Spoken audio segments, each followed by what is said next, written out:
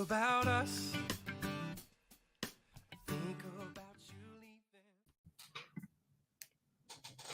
What's up, everybody? Got a few people in here. Roel, what's up, man?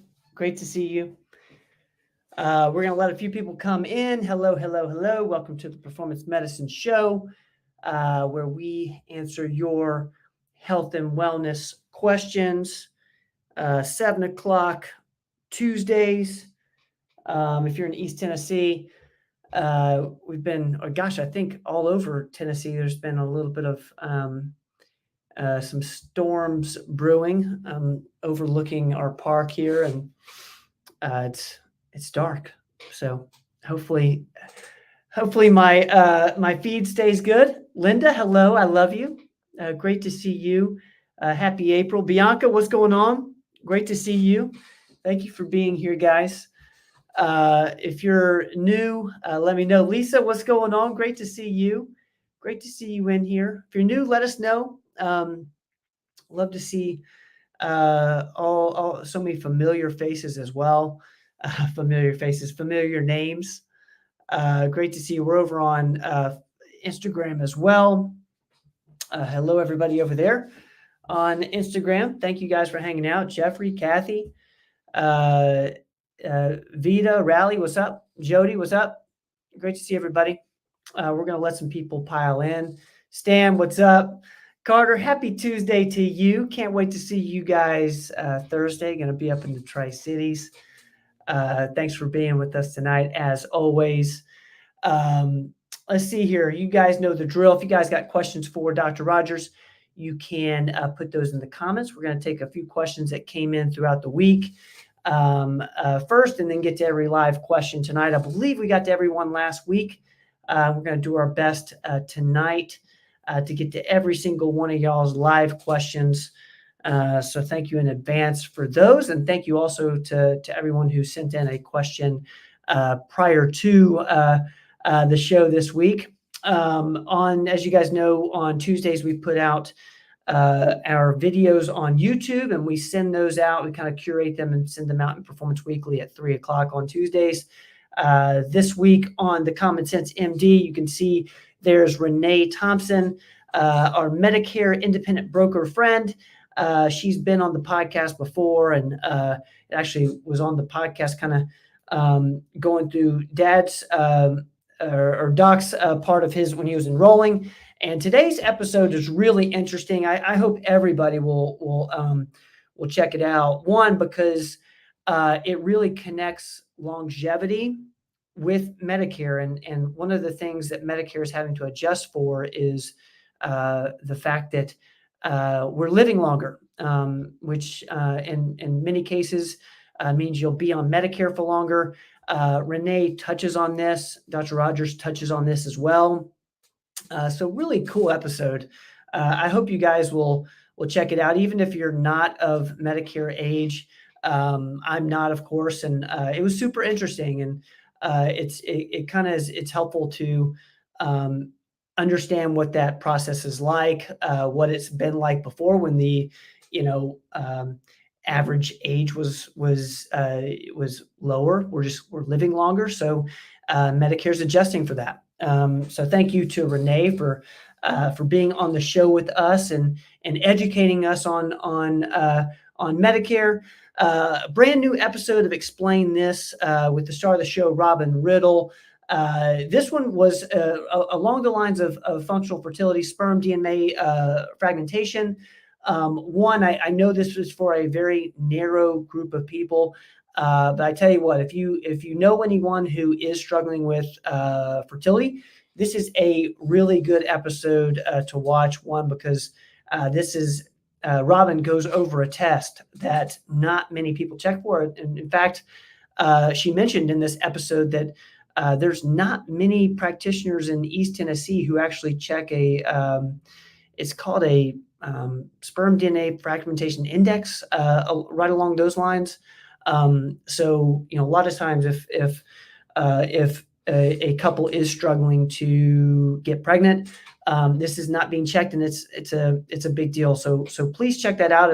More importantly, if you know somebody who's in that place in life, make sure that they check out that episode with Robin. She is phenomenal talking about fertility. Steve, my brother, good evening to you. Grandma Mary, you're the reason I'm not wearing a hat tonight. Thank you. Thank you. I love you. Let's see. Jack, what's up, man? Great to see everybody. Where am I at here on Instagram? Thank you, guys. Thank you to everyone over on Instagram. I see Roel's on both. I love it. Let's see here. We got one more show that went out today.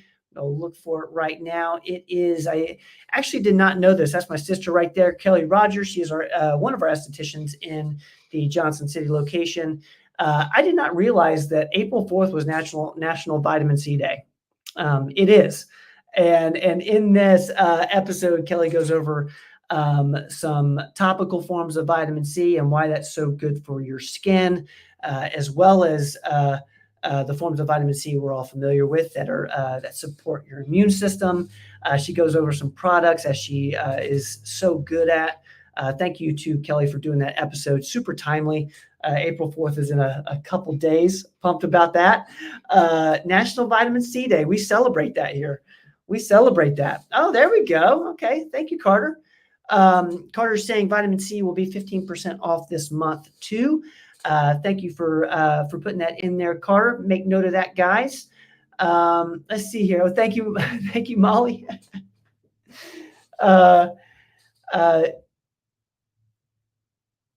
Right, Bianca, I didn't know. I thought you knew. I thought you knew it was vitamin C day, and you're like, I'm going to come up with a really great vitamin C question. Stephanie, I see you. I love that question. We'll talk about POTS here shortly. I believe Doc is ready to roll. We're letting people come in. Thank you guys for hanging out. We're going 7 to 8 here, answering your health and wellness questions. All right, let's get rocking and rolling. Is Doc ready to roll? What's going on, man? Hey, Ben, how are you? You're looking good. I know you got a fresh cut. You look good. I got a haircut. You're growing your hair out, looks like. It's getting some length. How come you don't have a hat on tonight? One, because my grandmother asked me on Easter, she was like, Ben, would you please stop wearing that hat on the performance medicine show? She was talking about how beautiful my hair looked on Easter. And, you know, I'm listening to my grandma. That's smart. You're a beautiful man. You know that? I am starting the podcast recorder here. For those who don't know, we post this on our Outside the Box podcast a week later. So that is recording of this shows up the following Tuesday. Tracy, good evening to you. So good to see you. Doc, you ready, man? Was your day good? You get a walk in? Yeah, I had a great day. Yeah, I got 2 walks in. Your steps. 3 walks. I'll walk to work. I'll walk to lunch with Ernie, and then I walked home. So I had 3 walks today. Man, I am embarrassed to look at my steps today. I think it's like, I hope it's like in the thousands. I already have 10,000 on my Oura ring. Do you really? Mm-hmm. Yeah. I'm hoping to be in the 4 digits. That's like, that would be shocking if I'm in the 4 digits. I'm gonna do a couple of push-ups after the show tonight too. I believe it. I believe it. I tell you what, I spent the weekend with you guys over Easter, and I had a hard time getting you out of the gym. I was like, hey, let's go do something fun. It's really hard to drag me outside of the gym sometimes. It really is. And if you do, I'll be on the bike or something. Yeah, it was just, you know, to take more walks or to move more. And you were inspiring me this weekend, and I didn't live up to what I saw this past weekend today. No, I didn't get quite enough guitar practice in this weekend. That's true. I didn't quite get enough. If I miss 1 day of playing guitar, I notice it. If I miss 2 days of playing the guitar, Jenny and you, family will notice it. If I miss 3 days in a row of playing the guitar, everybody notices. The audience, the world notices it. So I have to practice every day. And in advance, we appreciate that. We thank you. But you know what else we thank you for? We thank you for answering our health and wellness questions. Okay, let's focus on that. Let's get to it. And that's what we're going to do, guys. I'm going to start with an Ozempic question. And just as a reminder, guys, if you're with us live, go ahead and put your comments or questions in the comments. We're going to get to that real shortly here in the next 10 minutes or so, and then we'll answer live questions. This question is Ozempic appropriate for someone who needs to lose 20 pounds? If not, what else do you recommend? I love this question. I know there's different schools of thought. What's your thoughts on this? Yeah, certainly. 20 pounds is a lot. That's a lot of weight. That's not a minimal amount of weight. That's a lot of weight to lose. And it's very hard to do it by yourself. Diet and exercise just don't work really well for most people. I mean, exercise definitely won't work for that. It's great for you, but it will not work to lose 20 pounds. It's going to take a lot of dietary changes to do that. So certainly it's appropriate for it. Ozempic kind of gets demonized by a lot of people because we need to reserve it for the diabetics. Well, if you're 20 pounds overweight, you're probably insulin resistant at the very least. So yeah, it's a great way to lose weight. It's very safe unless you've had pancreatitis or something called MEN syndrome number 2, medullary cancer of the thyroid, which you haven't had. But in any event, yes, definitely appropriate. Most people, would appreciate that help. The thing about Ozempic, and now, of course, it's not just indicated for diabetics; it's indicated for weight loss in the form of Wegovy, the exact same medication. So certainly, it is indicated, and there's, the problem is insurance paying for it. But now that you can get semaglutide compounded, that makes it a lot easier because insurances just don't want to pay for this stuff unless you're diabetic. And same thing with Mounjaro, which is Zepbound in the weight loss form. So yeah, definitely, we use it all the time for that. Interesting you brought the insurance thing because in today's Common Sense MD episode with Renee, you talk about the donut hole in regards to coverage with Medicare. It was fascinating. That's where my brain went because my brain's been all about that episode today. We're going to keep going here, guys. Thank you for that answer, Doc. Great question around Ozempic and yes, there's so many people who fall in that range. If for some reason your insurance, Medicare won't cover it anyway, really, but if somehow you did get it to cover Ozempic, you would fall in the donut hole, but you wouldn't want to eat the donuts because when you get on that, you will not want to eat sugar and donuts and things. Was that a joke or is that a Dr. No, Rogers it's just joke? not really a joke.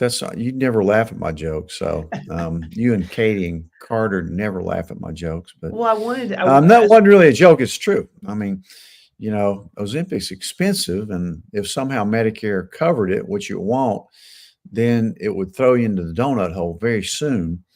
But the good thing about it, you won't want to eat donuts because it's sugar, and you won't eat sugar on Ozempic. Not really a joke, just kind of ironic. I'm trying to make this show interesting, okay? You mixed education there with entertainment. I love it. Yeah. Guys, y'all got a 2-for-1 right there. All right, we're going to keep moving here. Thank you for that question that came in over email. I love this question here, a super contextual hormone question. And I also love when people are learning different things on different shows and come in here with questions around it. It's so interesting.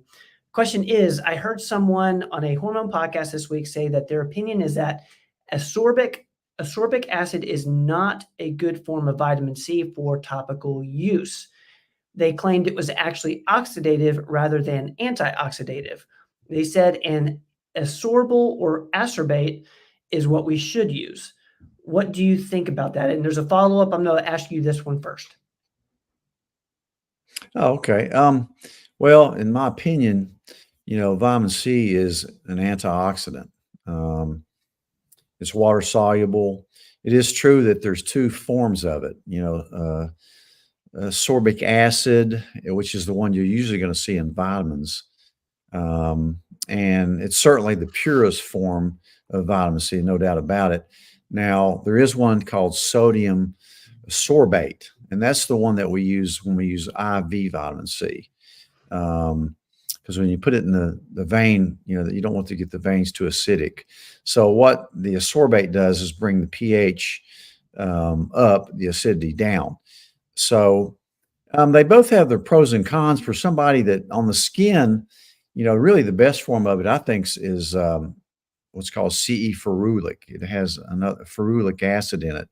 So, most people tolerate it well. If you're a person that, you put it on your skin and it really irritates it too much, then you can use the more base forms like sodium ascorbate on your skin. But most people still prefer the acid form because it kind of clears off debris, helps depigmentation and all this. But, because you want that turnover of cells on your face that has damage to it. But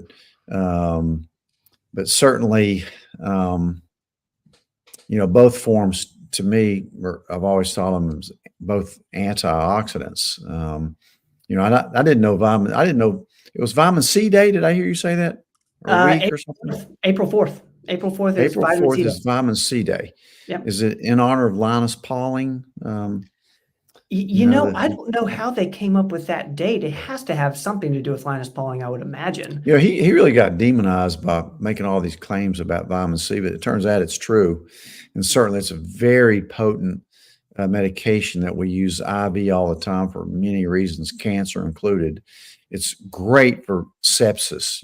Unfortunately, the hospitals, most of them don't realize that. But, if you were septic or I was septic or family, I would beg for IV vitamin C to turn around sepsis. So, what I would say is if you're one of those people that is real sensitive to acid, like even on your stomach, the ascorbate is definitely probably going to be easier, but it's probably not going to be as potent or as pure form as the ascorbic acid. The other thing about sodium ascorbate, if you're a person that's really sensitive to sodium from hypertension, it's a little bit overplayed. Sodium is, then you have to watch that too, a little bit with that form of it. But yeah, it's a great question. I don't think anybody's really asked me that before, but It goes on to saying this is just kind of a curiosity type question. They also continue to say they wouldn't even use the ascorbic acid form internally. I don't think you agree with that, but curious to your thoughts. What's your thoughts? yeah, I would. Again, that's what I do, and I think most people do it that way. Unless, if you have a really acid stomach Mm.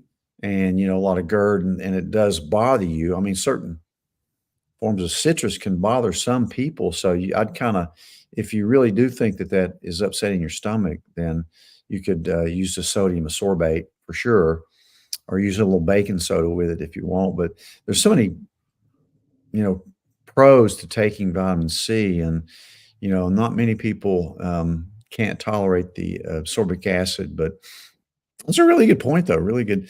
IV, definitely sodium ascorbate. But very good question. Yeah, super interesting, and that is very timely, which is awesome. April 4th, National Vitamin C Day. I love it, and I love Carter. Thank you for putting up the special we're running in our offices around vitamin C. 15% off, I believe, all month long, and we're going to keep moving here. This is a thyroid question. I have a couple of thyroid questions here. I'll ask them together. Is having a TPO of 31 considered Hashimoto's? Yeah, I think so. Yeah. All right. Is that typically how you would diagnose it, just through that one TPO number, or is there a number of different ways you do it? Yeah, there's an antithyroglobulin antibody that we sometimes check, but TPO is the one that's really kind of diagnostic of it. So, that's a low level, but it's still what I would consider Hashimoto. So if you have that going, it doesn't mean that your thyroid at this point may not even be low, because I've seen people with no symptoms and normal thyroid function test still have a TPO that's slightly positive, but it usually means you're on the border of tripping you over into thyroiditis and then kind of destroying some of your thyroid function. But yeah, for most people, I would consider it that. All right. Thank you for that. And I'm going to go into a thyroid function question. Is black seed oil beneficial for thyroid function? If so, which do you recommend? I know I feel like we've talked about black seed oil at some point. I didn't put it together with thyroid function. What's your thoughts on this? Yeah, it's very beneficial for thyroids. They call it cumin, but I was reading something not long ago about the mechanism of action, but I can't recall what they were saying about it. But yes, it's just a great it's a great thing really for any autoimmune disease. Somehow it just calms down a lot of the cytokines and some of the interleukins. I think that's how it works. But backs down tumor necrosis factor, the TNF alpha. But yeah, it's a great. Or I really need to do a podcast if I haven't. I don't think I've done one on that. At least it's been years if I have. I don't think on black seed oil. Is there a form you like, a brand you like at all for this listener here? I don't think I know we don't carry it. No, I don't particularly. I'd be hesitant to tell you a form, but I'll do one on black seed oil. I need to do a podcast on that. I'll research the differences in some of the different brands, because I just hate to blurt it out and be wrong. So what we'll do with this one, guys, is we will we're going to kind of bookmark this and we'll go do a little deeper dive. Thank you for that, by the way. This is often how we get our topics for the Common Sense MD podcast. So we'll do a deeper dive on black seed oil. And in short, it is very beneficial for thyroid function. So thank you for that question. Let's get to this one right here. Would you be concerned with an AST of 46 on labs, or is that a level that can go up and down often? I'll be honest, I'm not sure I know what AST is. Well, it's a liver transaminase representing liver function, but no, that's not a real high number. I see that all the time, and it really doesn't bother me too much. There's some other functions you look at too. If you want to bug it out a little bit, like the ALT, alk phos, bilirubin, that type of thing. But no, that's not too uncommon. You can get that really from a little bit of a fatty liver. Sometimes even a little bit of alcohol may affect that. So no, it's not overly concerning. I certainly would just follow it, and it can go up and down a little bit. But not concerning, but worthy of follow-up. Make sure it doesn't keep climbing, but certainly not high like you'd see with acute hepatitis or something like that. So, all right, great question there. Thank you, Doc, for that answer. Real quick, a lot of times I'll have a few of my buddies text me in questions for the show. One just around where they are in life, and I have a feeling that there's going to be a couple people in here in similar scenarios. So I'm just going to start off here. And guys, we are taking live questions. So I see one step forward. Thank you. We're going to get to that in just a second. If you have questions for Doc, go ahead and put it in the comments. And to the people on Instagram, I see Queen Regina over here. We will definitely be answering questions over there as well. So if you have a question, you can put it in the comments. Okay, so this is around fasting. A lot of my friends are starting to do extended fast over between 24 and 72 hours.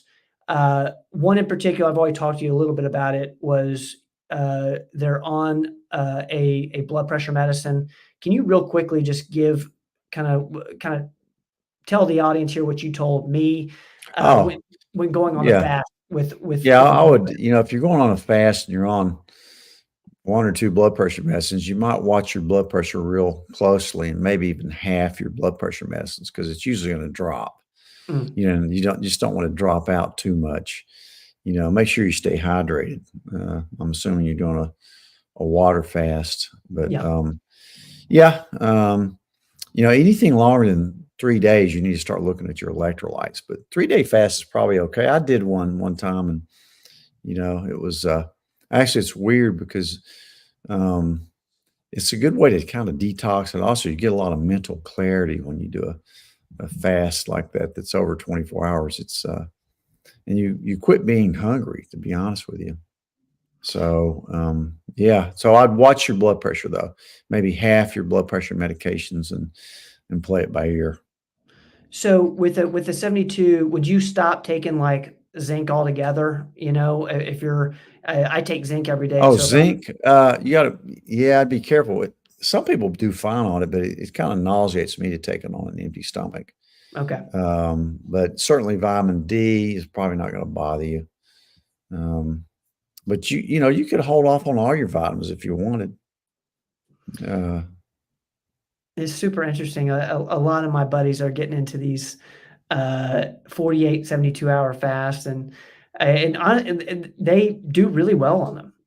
Every single one that's done it has given me really positive feedback. But it's some of these, like, I know there's a certain amount of bone broth you can have, and so yeah, they're kind of getting deep into it, which is that's cool. great. Yeah, it's a great thing to do. Even if you fast, once a week, just don't eat. That's a great little strategy. And maybe once a month, do a 2 to 3 day fast. If Yeah. you can do it, I mean, but great.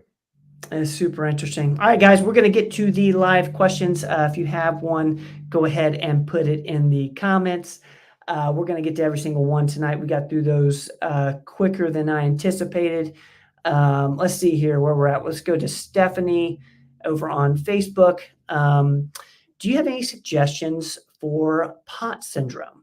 Yeah. We've gotten a few questions around this, and I'm interested to hear your thoughts on this, Don. Yeah, well, we've seen a lot of POTS which stands for postural orthostatic tachycardia syndrome, and we're seeing a lot of it in long hauler COVID patients. You know, orthostatic means when you stand up, your blood pressure drops out, but at the same time, your heart rate's going up.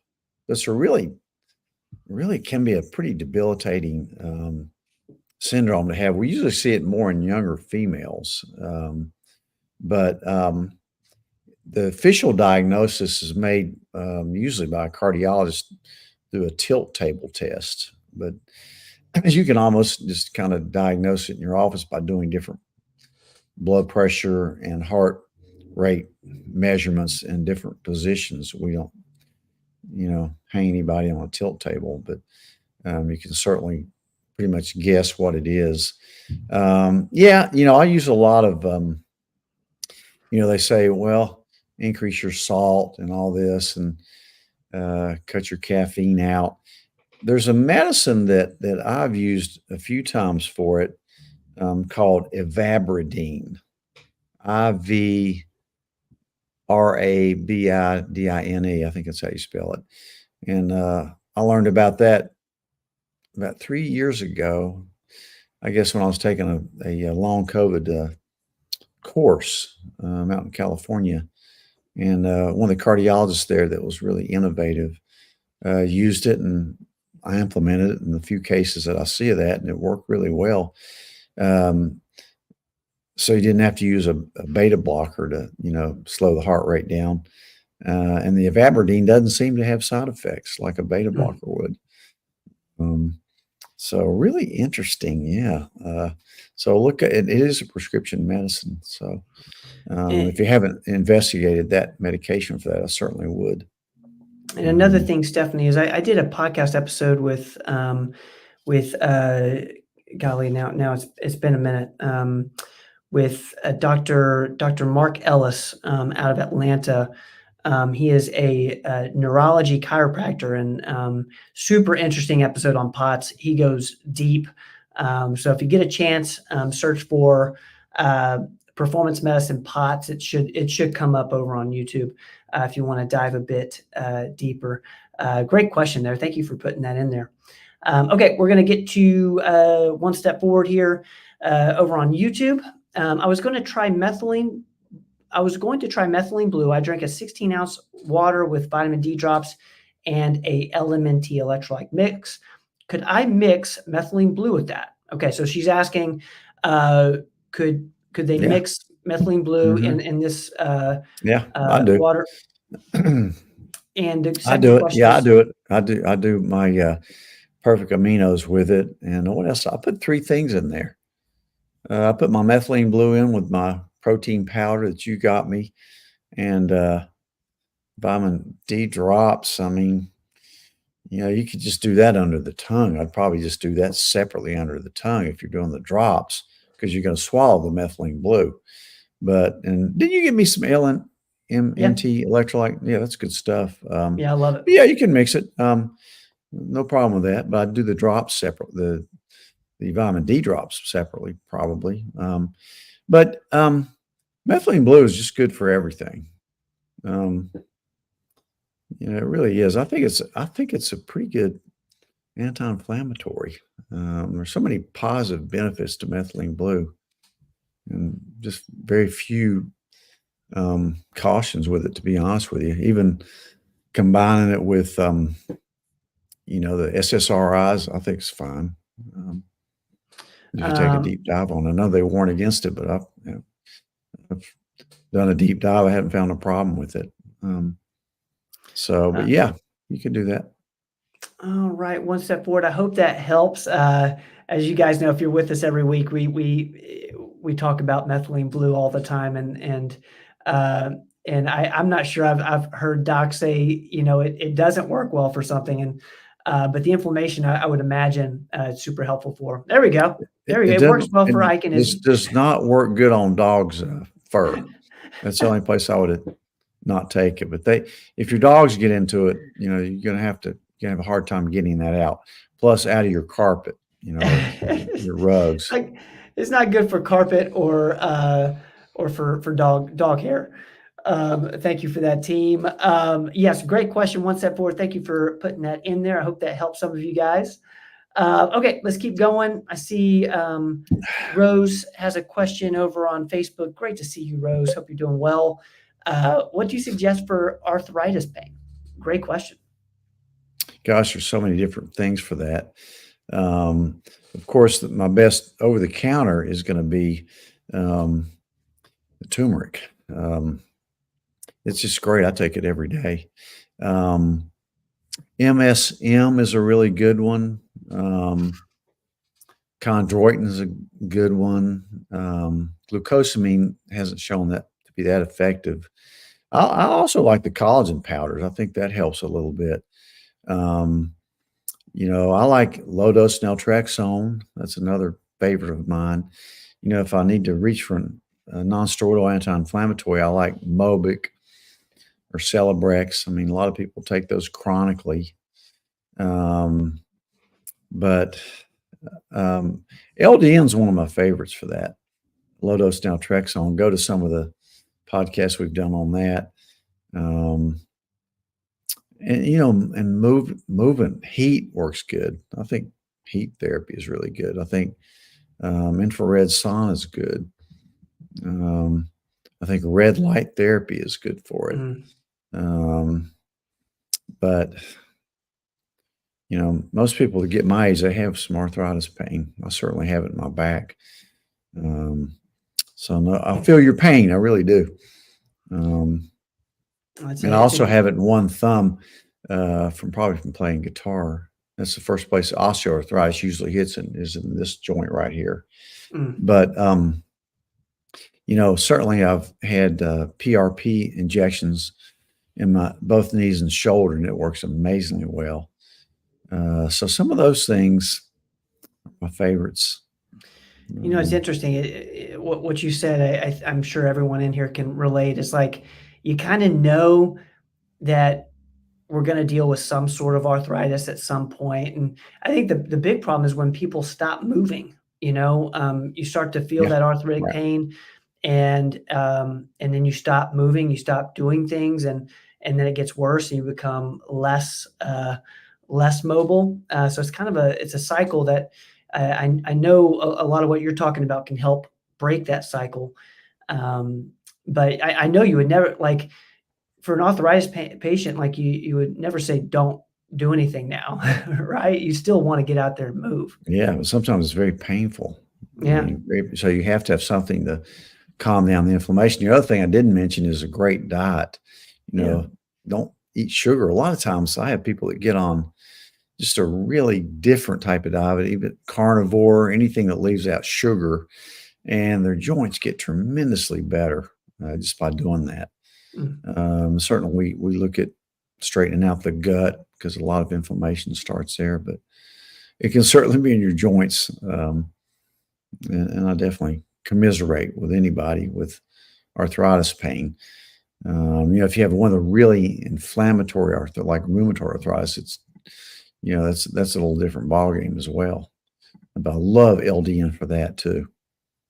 It's a great question and great topic there, Rose. Thank you for bringing that up. I don't think we can talk about that enough because it's so common, and I think a lot of people just kind of accept it. Like I'm supposed to be hurting because I'm getting to a certain age or I'm getting a bit older. So thank you for bringing that up, Rose. Let's get to Chrissy here. Good evening. Good evening to you, Chrissy. Check. Last Tuesday, I had an angioplasty, 85% blockage of the left anterior descending artery. The cardiologist insists that I take a statin. I'm concerned after reading so many negative side effects, i.e. blood sugars, muscle damage, etc. Is there an alternative to statins? And Christy, I just want to commend you for asking this question. I think that's the first step is and this is what Doc says a lot, asking why. Is there an alternative? So Doc, I'll let you take it from here. Great question, Chrissy. Yeah. Again, I'm not one that slaps everybody on a statin. I don't particularly like them a whole lot because I've seen all those side effects on, a lot of patients. And there's no doubt that it has a lot of side effects. But if I had that myself, I would be on a small dose of a statin. I would do it. And I would take Crestor rosuvastatin, which is it's really water soluble, pretty well tolerated compared to some of the others that they'll push on you. But I think I would because there's not because it lowers your cholesterol, but because it helps pain. And there's some evidence in a case like yours, especially when you have that amount of blockage in your LAD, the widowmaker, that it may partially reverse some of it. So if it was me, I would be on a really low dose statin. I don't think you need the high doses. And again, I'm not doing it to lower your cholesterol particularly, but I'm doing it for the other benefits. And I know you probably don't have high cholesterol. It's amazing how some people think they'll slap everybody on statin. I don't know if I told this last week, but a few weeks ago, I had a patient that had been hospitalized for fainting spells. The workup was negative, but this guy's a diabetic and his sugars aren't the best controlled. So his A1C was about 8. So the hospitalist put him on a statin and, without even looking at his cholesterol level. So he doesn't like it, and so he comes to me. His baseline, because I've done, many Cleveland's on, his baseline cholesterol, total cholesterol is 88. So the hospital's put him on a statin because he's a diabetic but he didn't even look at the level of cholesterol he had. You need some cholesterol in your system. So that was a mistake. I immediately took him off of it. But your case, I would probably take a low dose Crestor, even if it's 5 milligrams 3 times a week. You'd be able to do that. So if it was me, alternative to statins, one of my favorite, I don't think they're going to work quite like that for what you need it for. There's a new PCSK9 inhibitors, I think they call them, that don't have the side effects of the statins that will lower cholesterol pretty well, but I'm not sure about their effects on inflammation and reversing some of the atherosclerosis. So the jury's out on that. But look at everything else. Make sure you're taking an aspirin and making sure your blood pressure is good and doing all those other things that you need to be doing. And, I put a lot of people on EDTA. I take it just because my calcium score went from 0 10 years ago to 92 last year. So there's a little bit of plaquing. So I just don't take it around when I take other vitamins, or certainly not minerals, because it'll bind them up. But it's a good little chelator. It's very safe. You don't have to do it IV. You just do it daily through pill form. So you might look at that as well. I mean, some people would go the IV form of chelation in your case. There's a lot of cardiologists who do it to themselves when they have something like you do. But they won't admit to it, but because it's kind of outside the box a little bit. Anyway, just interesting. You'll do fine. Just keep an eye on things, and I probably would though. It's a great question, Chrissy, and one, because we get a lot of statin questions in office as well as on this show and the lives.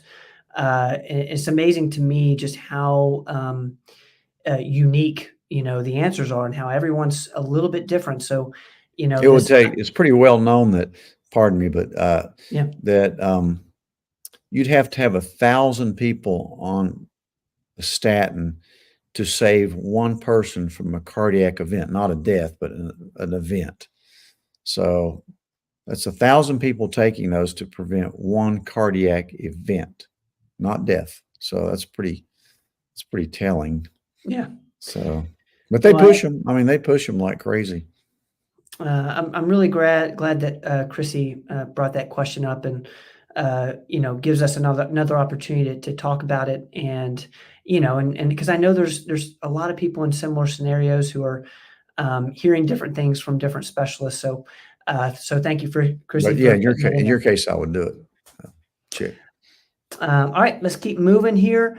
Heather, it's so good to see you. Thank you for being in here. Cancer seems to be on the rise. What are your thoughts on liquid biopsy for detection of cancers?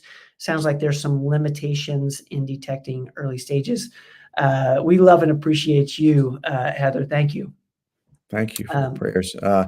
Yeah, there seems to be just an incredible amount of new cancer cases. I saw 2 new cases today. And these are people that seems like they're getting it younger. Saw a new case of pancreatic cancer this morning that came to see me. We're seeing a lot of breast cancers. I saw a 50-year-old with colon cancer today. Hey, Izzy, what are you doing? Izzy's here early tonight. But yeah, the liquid biopsies, the blood tests, there's all kinds of stuff. I don't think it's quite, to the stage that I hope it is at some point, for detection of cancer. Certainly, we've had blood tests around for certain types of cancer that, haven't proven to be the greatest in the world. PSA, CEA, or 2 of the, then you have the CA-125, but they're making a lot of inroads. There's a lot, that's probably going to be a really good thing. That, along with a total body MRI, we're going to probably pick up a lot of things that, that early. But so stay tuned for that. Great question. Thank you, Heather. Cancer, for whatever reason, we're seeing a lot more cancers. Do you think that the total body MRI stuff like Heather's talking about with a liquid biopsy, do you think that will get here before maybe our ability to interpret and strategize around what you find with, the total body MRIs? Because often you'll talk about like, what good does it do if are we unnecessarily scaring people? Yeah, that's the question, that you get a lot of false negatives and, unnecessary biopsies and worry and things like that. Um, so yeah. Heather, thank you for bringing this up. We're going to continue to talk about stuff like that. It's such a big deal, just like Doc said. A lot of times I will rely on, listen to your own body. If you feel something's off, if you feel great and all, you shouldn't go looking for things, unnecessarily too far. The routine stuff that we recommend, certainly, but, I see some people getting too obsessed about it and really it causes more harm than good. But listen to your body. If something's off, I love this from Linda. Thank you, Linda. Then you may want to, look further. Yeah. There's a Yeah, great comment right. there from Linda. Exactly right. I wish they were more accurate than they are, because a lot of times there's a lot of false negatives, like I said, but great point. All right, let's go over to Instagram. If you guys have questions on Instagram, please put them in the comments. I'm not going to be able to bring them over. I see my brother Zach is in here. Zach, what's going on, man? Thank you for all the hard work, my brother. Hat 817 is asking. I'm not going to be able to put it on the screen, guys, so I'm just going to read this off for Doc. It's coming from Instagram. The question is, I take 10 milligrams of lisinopril. Can I replace it with TMG? We've done a podcast episode on TMG, and the question is, if so, how much? What's your thoughts on this, Doc? Replace lisinopril with trimethylglycine, TMG? Yeah. I don't know, that there are two different things that they're doing. I don't like lisinopril, for one thing. I just don't like it as a blood pressure medicine. I know it's the one everybody gets on. It's a knee-jerk reaction. It's dirt cheap, but I don't like the ACE inhibitors much. About a third of the time, they cause a chronic dry cough. And occasionally, you'll see a severe case of angioedema with them. There's just a lot safer ways to control your blood pressure, like with losartan or one of the ARBs instead of the ACE inhibitors. But trimethylglycines, use it to lower homocysteine levels more. And remember, TMG is different than glycine. TMG you should take in the morning because it's kind of energizing. And glycine is more relaxing. Take it at night if you just take that form of it. But I just try to use some. If you can get off, lisinopril, I would do it. And, I like garlic. I like berberine a lot. I don't talk nearly enough about berberine, but berberine's great. It's just such a great, supplement, especially for people that may be a little overweight or have prediabetes, metabolic syndrome, increased cholesterol, borderline hypertension. It's just an amazing compound. And I was doing a little research, because we have our own form of berberine, which is dihydroberberine. That's the thing. That's why I wanted to get my own berberine, because it's way better than berberine hydrochloride or HCl. Stays around your system longer, less GI irritation. It's about 5 times as potent as the other forms. You just don't see much of the dihydroberberine. That's certainly what I take, and it really helps calm down the insulin response, but it raises your HDL, lowers your blood pressure. I mean, I would take that probably over TMG if it's specifically for blood pressure. But so try to somehow get off, even if you have to take something else, get off the lisinopril. That's what I would do if it was me. And it sounds like the TMG is not necessarily a replacement for that. And one other thing, if had had 817. If there's any more context we need to see, let us know. But there is a trimethylglycine video we've done on the Common Sense MD on the YouTube channel. If you want to learn more about that. And I see GR Quillen's question. I'm going to put that in here pretty soon because it's around berberine. I'm going to move real quick. Actually, I think that's our next question because it's kind of timely with the berberine comment. GR Quillen on Instagram is asking, how does berberine compare to Mounjaro for weight loss? Is there anything you can do to help with side effects from Mounjaro? I do think you have talked about, I know it's berberine maybe in metformin as the alternatives. Well, one thing is berberine is a lot cheaper than Mounjaro, but actually berberine is a GLP-1 agonist like Mounjaro and Ozempic. I didn't know that. Truly acts as a GLP-1 agonist. Yeah, it does. So it's a great place for people. You're not going to lose weight as fast as you are on Ozempic or Mounjaro. You'll probably lose maybe a pound a week. Instead, you won't lose it a lot faster than that. You got to be patient with it. So when you get on berberine, give it a good 3-month trial. Take the dihydroberberine, way better, and look at all the stuff it does. It can lower your A1C by sometimes up as much as 3 points. I know it's a lot. But it can lower your blood pressure. It can raise HDL, lower LDL. It's one of the greatest supplements that there is, in my opinion, especially for America with all this metabolic syndrome going around. Even a skinny guy like me takes berberine. So I hope that helps. Was that the question, or did I start rambling? I'm to just make sure for GR Quillen here, how does berberine compare to Mounjaro for weight loss? It sounds like they're similar. Mounjaro is also it's a GLP-1 plus a GIP. Yeah, so Mounjaro is going to be a lot more effective for especially if you're really overweight.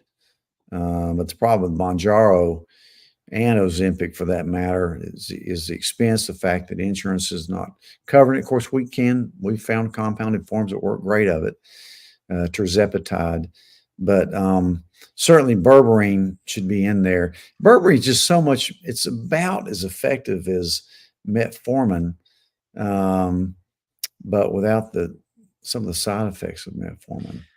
Speaking of side effects, Doc, can you answer this for GR Quillen on Instagram? Is there anything you can do to help with the side effects with Mounjaro? I know you can kind of adjust the dose maybe, but that is a complaint that we get is the side effects from it. Yeah, certainly Mounjaro, in my experience, has way less side effects than Ozempic and actually works a little better for weight loss. They're both great medicines. Mounjaro just has that added benefit of being a GIP instead of just a GLP-1 agonist.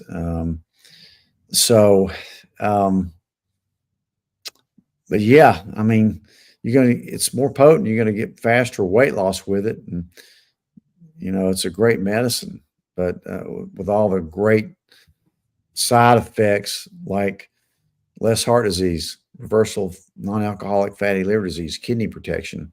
But side effects is usually nausea if you're going to get it. And you can lower the dose, like you said, Ben.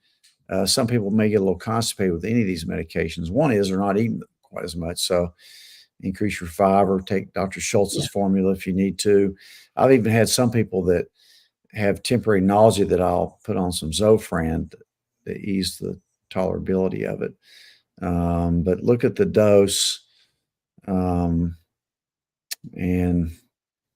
go from there.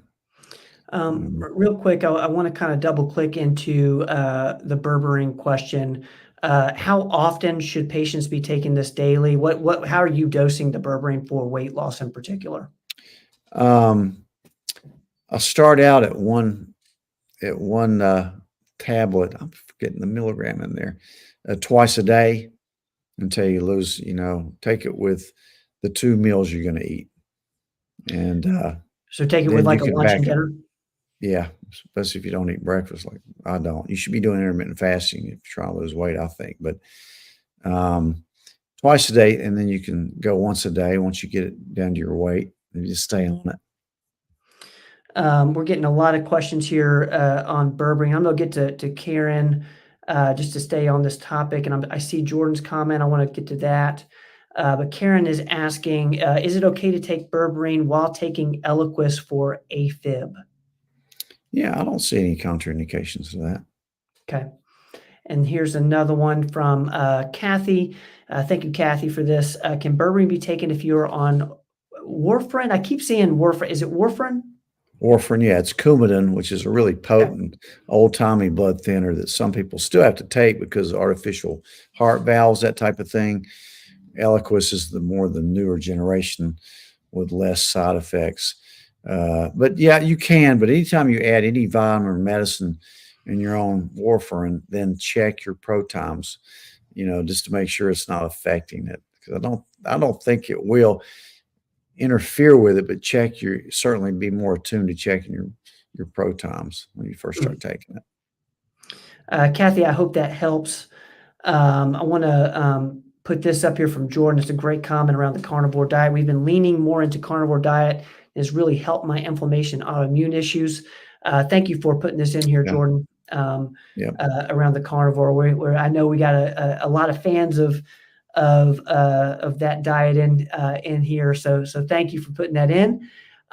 Real quick, I'm going to put this up just for those again. We do have the Dr. Rogers formulas on our website, performancemedicine.net/shop. I believe, and this is on me. There's a couple supplements that aren't up there quite yet. I need to get on that. But berberine, I believe, is on there if you guys are interested in the dihydro berberine form. We have that on the website in the Dr. Rogers formula. So I'll just keep that up there for you guys if you need it. All right. I think we got through the questions. If you guys have any more, we've got a few minutes left. We're going to have the dogs come down and sign us out as always. Those of you who are new here tonight, we do this health and wellness Q&A every Tuesday from 7 to 8. We hang out with you guys, answer questions.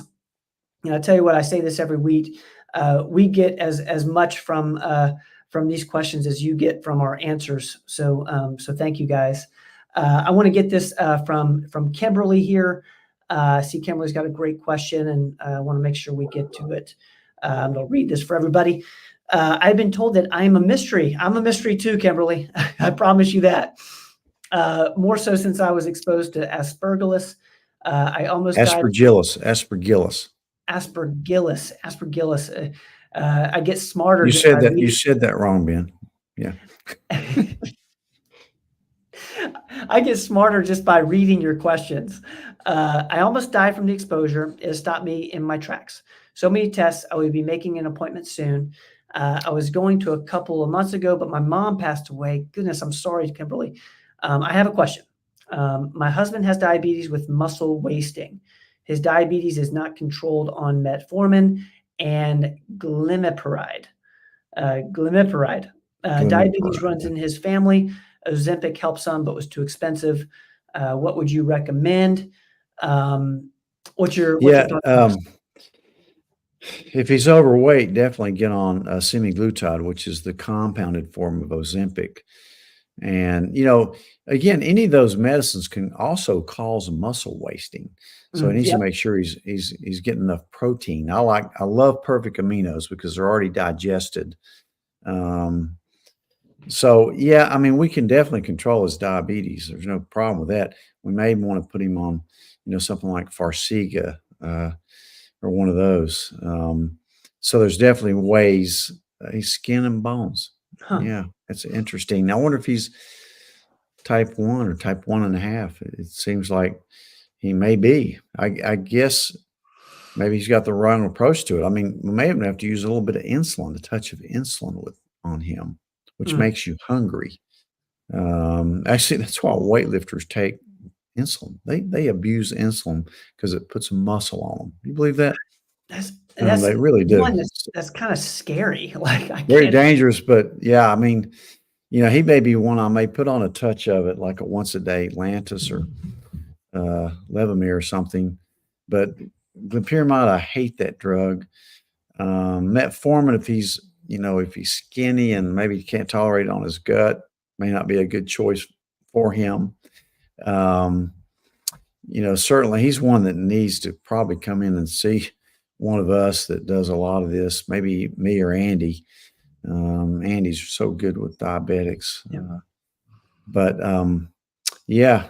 Aspergillus is a weird thing too. I had a patient in the hospital with it last week. They couldn't figure out where it came from.